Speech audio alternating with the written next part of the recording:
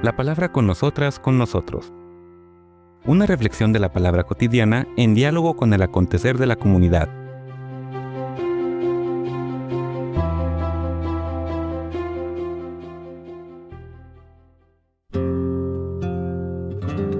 Hola, buenos días. Bienvenidas, bienvenidos a la palabra con nosotras, con nosotros.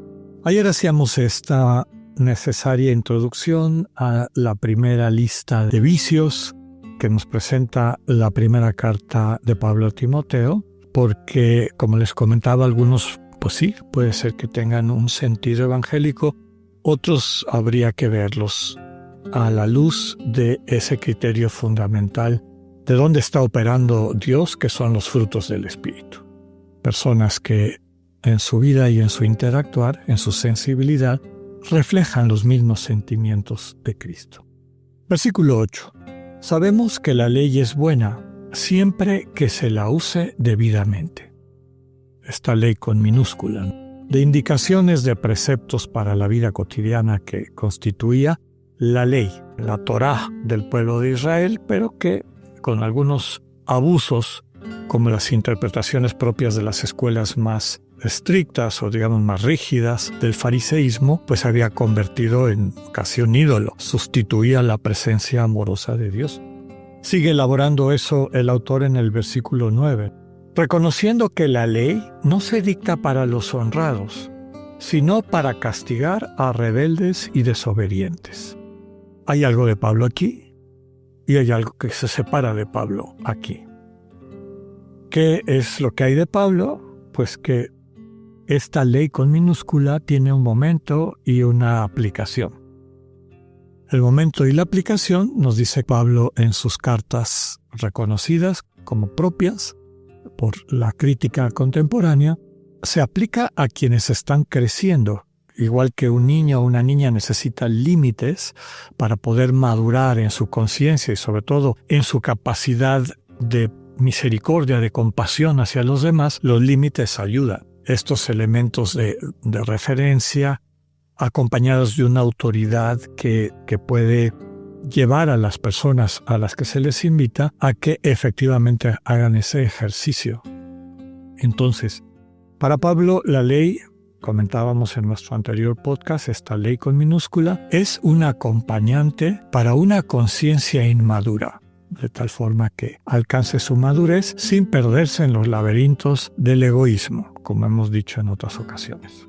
Y la ley con mayúscula, la ley del corazón, se establece, se manifiesta en quien vive ya en comunión con Dios. Es una ley que está escrita en el corazón y que podemos percibir que está actuante en aquellas personas que viven de acuerdo al sentimiento de Cristo, tal como lo dice Pablo en otras de sus cartas reconocidas como propias suyas, que es la carta a los Filipenses. Tengan ustedes los mismos sentimientos de Jesús, esta humildad, amor, cercanía, servicio, etc., compasión, misericordia. Aquí el autor de la carta a Timoteo ya tiene otra visión. No está diciendo que la ley con minúscula está ahí para acompañar a quienes están en un proceso de madurez, sino que dice que es para los que se portan mal. Tiene algo de razón en el sentido de, básicamente, que se den cuenta que sus acciones no son positivas, ni les ayudan a ellas y a ellos, ni ayudan a las personas que les rodean. Digamos que desenmascara actitudes destructivas.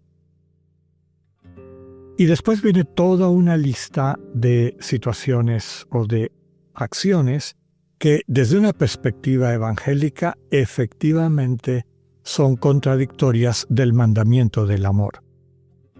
Empieza por decir rebeldes y desobedientes, impíos y pecadores, que no respetan a Dios ni a la religión.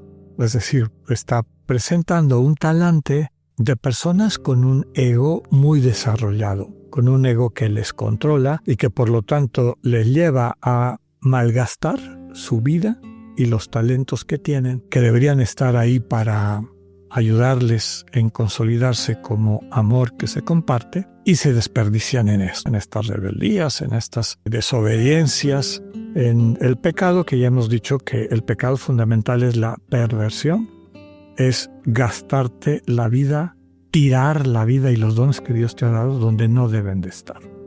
Y sigue, los que matan a su padre o a su madre. Yo creo que está suficientemente claro que esto no tiene nada que ver con los valores de Jesús. Los asesinos, los que cometen inmoralidades sexuales.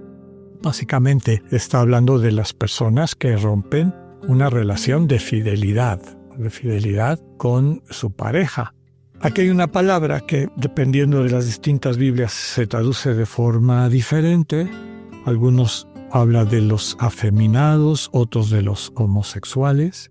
Aquí la gran pregunta sería si estamos en la misma línea de que es una ruptura. ¿Eso tiene la capacidad de romper un corazón o una conciencia para que ya no alcance esos frutos del Espíritu, que para mí, como cristiano, son los referentes fundamentales de quien vive en comunión con Dios? Desde luego que quien mató a su papá o a su mamá, un asesino, ¿va? Quien le falta el respeto a su pareja en fidelidad, etc. Más adelante habla de traficantes de seres humanos, estafadores, perjuros, pero quien tenga otra orientación sexual por eso en sí mismo tiene una sensibilidad que es un impedimento, yo diría no. Y no solamente por especulación ni por quedar bien. Es como le gustaba decir a este gran teólogo González Faust, es el magisterio de la verdad, la clínica. La clínica en donde vemos a personas que puede ser que tengan de manera constitutiva esta orientación sexual y que sin embargo son grandes ejemplos de vida entregada al prójimo, de servicio, etc.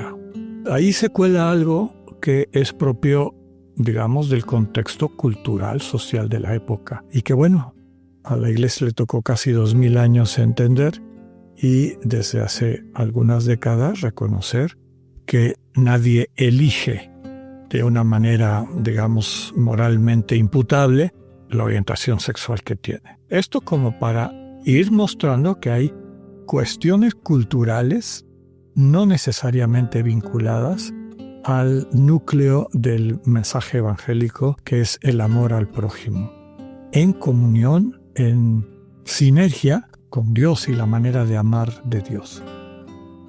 Ya iremos viendo también, sobre todo en esta cuestión donde describe la conducta propia del creyente y las creyentes en la comunidad, donde absolutamente claro es que está metida una cuestión más cultural que evangélica. En fin, termina su argumentación y ese es el centro, esa es la perla que hay que rescatar. En una palabra, estoy hablando del versículo 10, en una palabra, la ley está contra todo lo que se opone a la sana enseñanza. Y esta sana enseñanza es la que se encuentra en la buena noticia que me han encomendado y que no revela la gloria del bienaventurado Dios. Efectivamente, ahí está el sentido y lo vamos a ver más adelante, el recuperar este concepto que seguramente es paulino, el proteger y mantener la memoria del Señor Jesús. Y la memoria del Señor Jesús no es una serie de recuerdos o anécdotas piadosas, sino el mantener el estilo, la manera como el Señor Jesús interactuaba y formó su grupo y consolidó su grupo y pues digamos que le encargo la misión que recibe la siguiente generación como heredera de ese mensaje y de esa buena noticia. Mañana pasamos a la descripción de esta relación de Pablo con Timoteo y algunas de las recomendaciones pastorales que le hace. Que tengan un buen día, Dios con ustedes.